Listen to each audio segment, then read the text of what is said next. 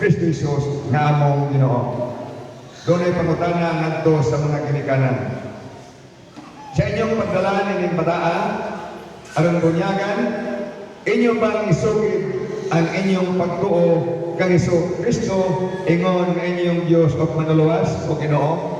Kung magasugid kamo ina among isugid.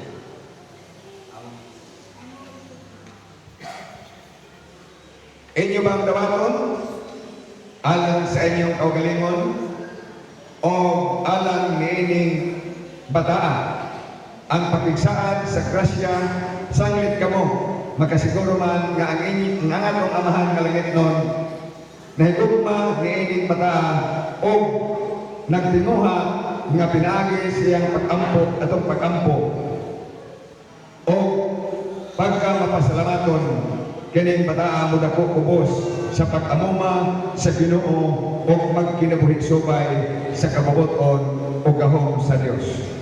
Magasaad pa kamo, kung magasaad kamo, ina kami magasaad.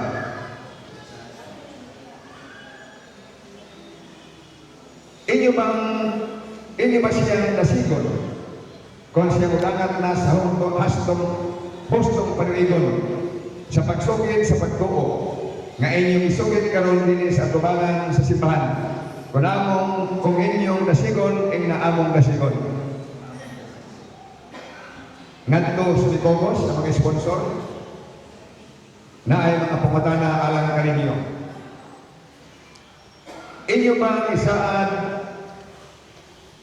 kamo nga mupugos ni bataan nga gamiton ninyo ang inyong saduro nga kadugtungan o gahom aron kining bataa katudloan sa katarong o matuto magbinuotan o magtinguha kanunay sa pagkinabuhi subay sa kabubuton sa Ginoo.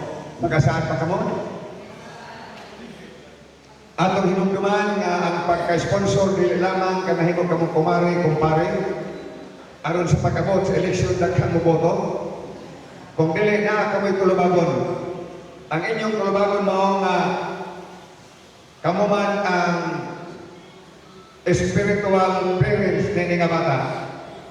Kung sa panahon nga si Dimple o si Joy aboton sa kapitikos sa kinabuhi, andam pa kamo mo sa guban, mo sugakon sa mga panginahanglan sa bata nga inyong gikogos.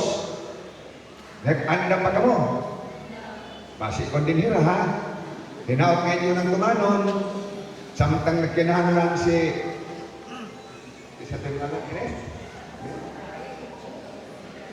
samtang magkinahanglan si Sicaraya Briel Bulakaw nakila sa inyong tabang, ayaw ninyo ihikaw ang inyong tabang, mga sponsor.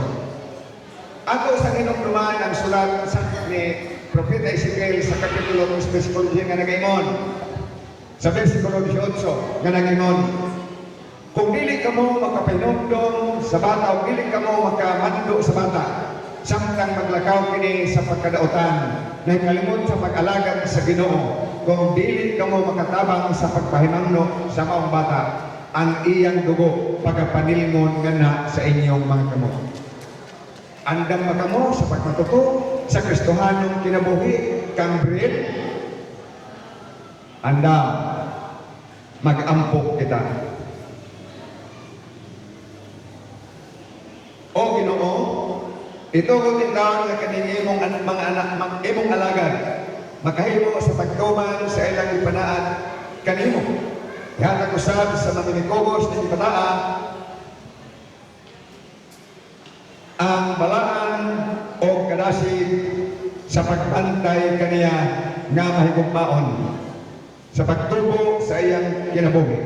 Tinaw to Diyos ng imong gahom ang imong balang espiritu magalihok kanilang tanan sa ginikanan sa Mikogos o kini nga bata.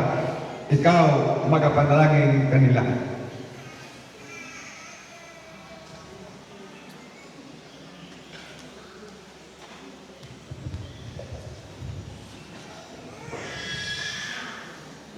Ako, si Sicaraya Briel Bulakaw nakila, Ako magabunyag kanimo sa ngalan samahan sa anak sa Dios o sa Espiritu Santo.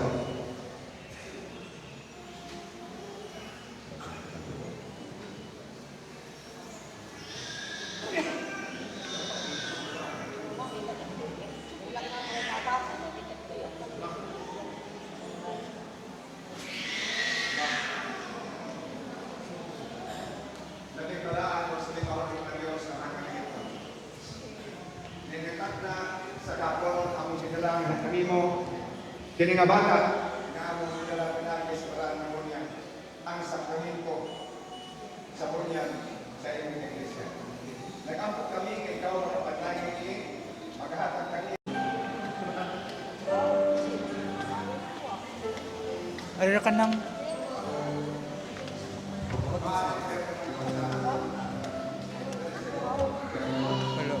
Good afternoon, ladies and gentlemen. Let us extend our warmest congratulations to the newlyweds by giving them a big round of applause. This time of the wedding ceremony, we will proceed to the picture taking. Let's start with the couple together with the officiating ministers.